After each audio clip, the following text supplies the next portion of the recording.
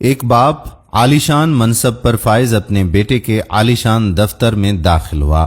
بیٹے کو محبت بھری نظروں سے دیکھا، دل زیادہ مچلا تو اس کے پیچھے جا کر کھڑا ہو گیا۔ فخر سے مغلوب ہو کر بیٹے کے کندھے پر ہاتھ رکھ کر پوچھا، بیٹے جانتے ہو اس دنیا کا طاقتور ترین شخص کون ہے؟ بیٹے نے جھٹ سے جواب دیا، بابا میں۔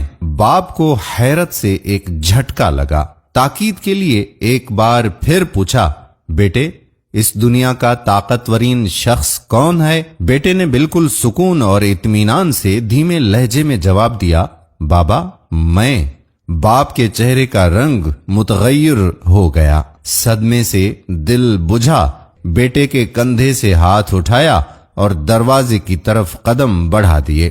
دفتر کے دروازے پر ایک بار پھر رکا، مڑ کر بیٹے کو دیکھا اور پھر سے پوچھا، بیٹے اس دنیا کا طاقتور ترین شخص کون ہے؟ بیٹے نے بغیر کسی توقف کے کہا، بابا آپ۔ باپ کی حیرت کی انتہا نہ رہی۔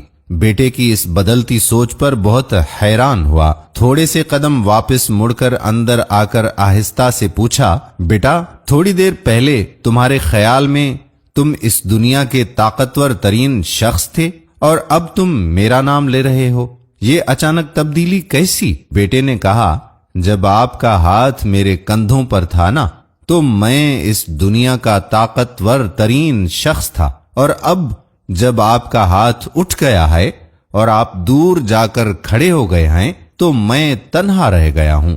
اس وقت دنیا کے طاقتور ترین شخص آپ ہو گئے ہیں۔ دوستو دیکھیے، ایک طویل عمر کے بعد بیٹوں کے اپنے باپ کی قبر پر بہائے ہوئے آنسوں بھلے کتنے ہی سچے اور اخلاص سے ہی نکلے ہوئے کیوں نہ ہوں، نہ ان کے باپ کو کوئی فائدہ پہنچا رہے ہوتے ہیں اور نہ ہی ان بیٹوں کے لیے کوئی افادیت پیدا کر رہے ہوتے ہیں۔ ہاں، اگر باپ حال حیات ہے اور اس زمین کے اوپر صحت و تندرستی کے ساتھ ہے، اپنی دولت مندی یا اپنی فقیری کے ساتھ کسی بھی حالت میں موجود ہے، وہ اپنی اولاد کے لیے اللہ کے بعد طاقت کی سند اور امن و امان کا ضامن ہے۔